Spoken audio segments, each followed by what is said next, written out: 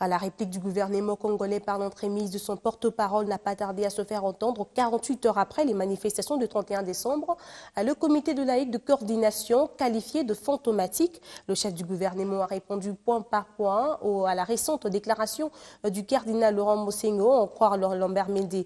Les forces de l'ordre n'ont commis aucun crime sur les catholiques.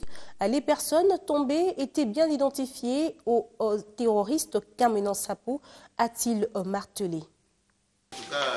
Il fallait s'y attendre. La réponse du gouvernement face aux manifestations du 31 décembre dernier n'a pas tardé.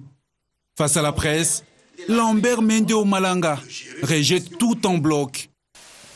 Face à la maturité du peuple congolais et à la vigilance de nos forces de sécurité, la manœuvre s'est terminée, comme vous le savez, en eau de boudin, non sans quelques incidents ici et là, sur lesquels la police nationale s'est assez clairement expliquée hier dans le style sobre qui est le sien.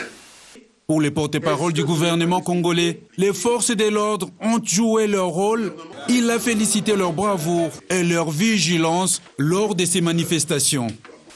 Le gouvernement tient d'abord à féliciter les forces de police et de sécurité qui, sur l'ensemble du territoire national, ont respecté le mot d'ordre de rigueur, de fermeté et de conformité au droit international humanitaire dans la gestion de ces événements.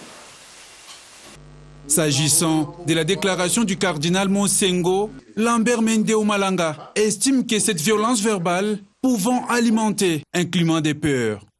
Toute cette violence verbale, gratuite, susceptible d'alimenter le climat de peur, d'énervement et d'incertitude qu'il déplore lui-même à bon escient, est la résultante d'une incitation à la désobéissance civile, à l'interdiction expresse motivée de ces marches non coordonnées par les autorités municipales qui les ont jugées inopportunes, puisque, entre autres, la raison justificative des dites manifestations, à savoir l'exigence de l'application de l'accord de la Saint-Sylvestre, était sans objet, dans la mesure où l'application du dit accord est en pleine phase de maturité, sauf pour les pêcheurs en eau trouble.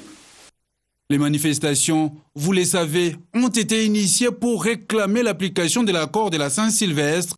Le ministre de la Communication et des Médias a saisi l'occasion pour fixer l'opinion sur la légitimité ou non de Joseph Kabila Kabange. Est-ce que c'est Félix Tshisekedi qui a fait de Joseph Kabila le président de la République démocratique du Congo? Est-ce que c'est lui qui a pris un décret pour dire « Moi, Félix Tshisekedi, je décide que Joseph Kabila est président de la République démocratique du Congo » À ce moment-là, oui, au moment où il dit « Moi, Félix Tshisekedi, je décide que Kabila n'est plus président », eh bien, Kabila ne sera plus président. Mais c'est le peuple congolais qui a élu Joseph Kabila, conformément à la Constitution de la République. Et la Constitution dit, à la fin de son mandat, le président de la République en exercice reste en fonction jusqu'à l'installation du président de la République élu. Cette conférence de presse est une première sortie médiatique pour les porte-paroles du gouvernement pour cette année 2018. Une année électorale qui annonce déjà ses couleurs au regard de l'impasse politique qui persiste en République démocratique du Congo.